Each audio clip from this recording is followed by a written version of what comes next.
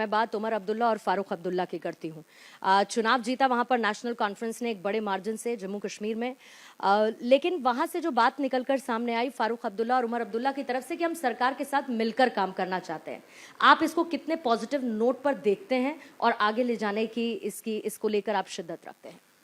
उनके इस बयान का हम स्वागत करते हैं, परंतु इस बयान को हम सतर्कतापूर्ण आशावाद यानी कॉशियस ऑप्टिमिज्म के साथ देखते हैं कि अगर वो वॉक द टॉक करेंगे तो मेरे विचार से निश्चित रूप से कश्मीर के भविष्य के लिए अच्छा होगा, क्योंकि जो भी सरकार चुन के आई है लोकतांत्रिक प्रक्रिया के थ्रू जो चुन के आई है हम उसका स्वागत करते हैं। और एक बात और ध्यान रखनी चाहिए, शायद आज की युवा पीढ़ी को ना पता हो, एक दौर था जम्मू कश्मीर में जब विधानसभा के चुनाव होते थे 14-15% वोटिंग होती थी, वो तो अलग बात है। 14, 15, 18, 20 तक विधानसभाएं ऐसी होती थी जो निर्विरोध चुन ली जाती थी, जहां कोई कैंडिडेट दूसरा नामांकन ही नहीं भरता था।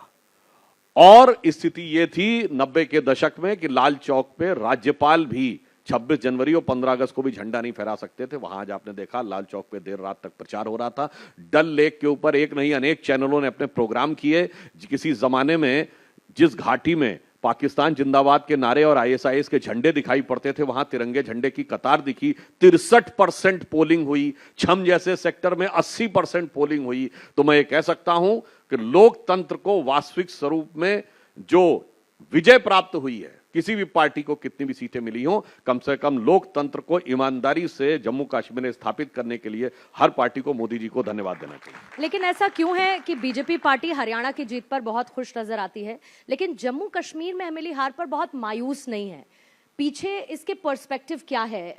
उसका एक कारण यह है कि जम्मू कश्मीर में भी हम सबसे बड़ी party in terms of percentage of vote, Congress से हम 3 गुनी पार्टी है in terms of percentage of vote का। 11 पॉइंट कुछ है, हमारा 28 पॉइंट कुछ परसेंट वोट है।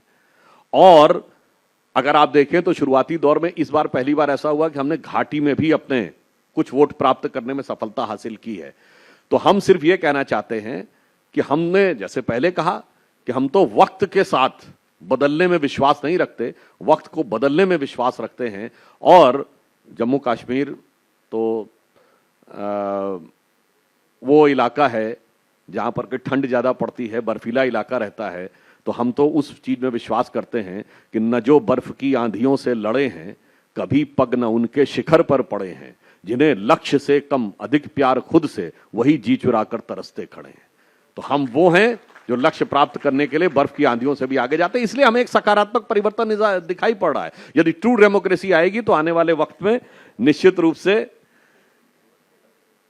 भारतीय जनता पार्टी और मजबूत होकर जम्मू कश्मीर में उभरेगी।